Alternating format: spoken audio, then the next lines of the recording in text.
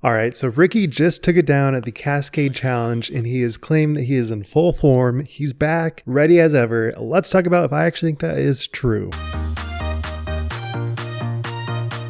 Yeah, I mean, it's a deep, dark place when you go from being best player in the world to not even being able to compete at all. That's a tough spot to be in for sure, one extreme to the other. But I kind of feel like I felt like a caged animal, just waiting to get out there for competition. And this week was the first week I really felt 100% even all year. And this week I felt everything was clicking. My game's feeling good. My mental side's good.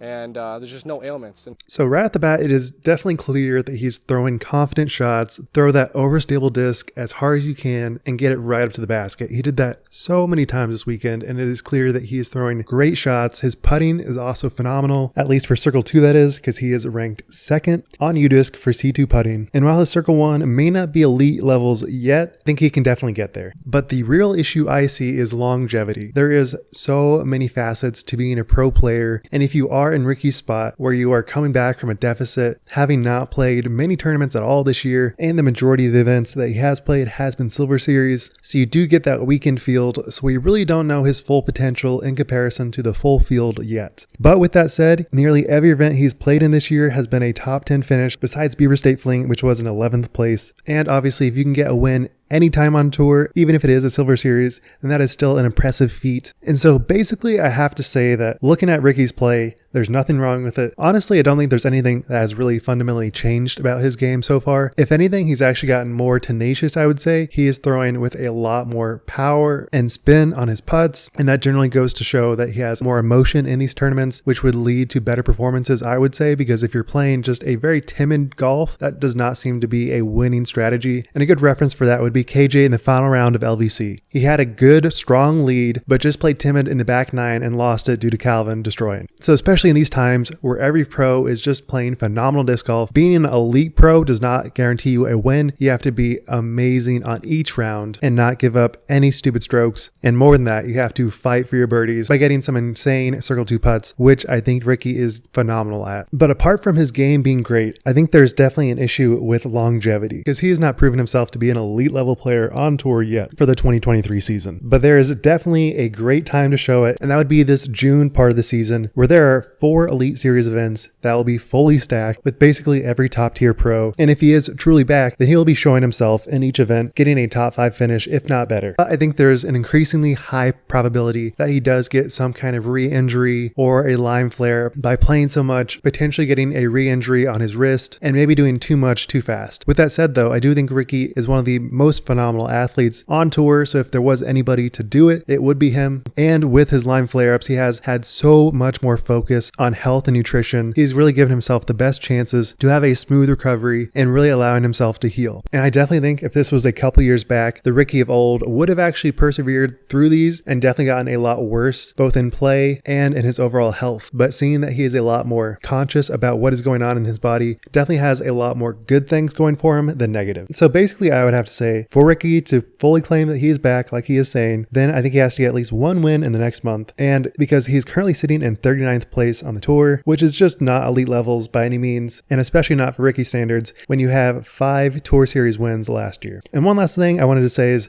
since Paul is going to be away for the next month, there will be no Paul fighting for wins, being neck and neck with Ricky. It is just the rest of the field, which is arguably more elite than Paul at the moment, but that is certainly one thing to note, that Paul will not be at any of these events. And just like Paul, Ricky has this ability to just be lurking in the waters all tournament long. Even when you think he's out of it, he just fights and fights and fights in those later rounds, gets a hot round in the 3rd or 4th, and then potentially gets a top 3 finish or even a win. These are just things that you get to do once you've been on the tour for so long and have that confidence and fight no matter what place you're in. And Ricky's definitely one of those players that if he does have a motive or drive in mind, then he plays phenomenal disc golf. If he's just playing, he doesn't necessarily perform at elite levels. He really has to have some kind of goal in mind. And I think finding his place back on top of the tour is his motive and goal at the moment. And I think if he has that drive solely focused, then he will be elite, with one major assumption, and that would be that his health does not deteriorate or flare up again. So with that said, what do you guys think? Do you have any concerns about Ricky's play as of right now? Do you think it'll be decreasing over the course of the season? I'd love to hear about it. Thank you so much for watching. Make sure to subscribe. Wild Runs, signing out. Peace.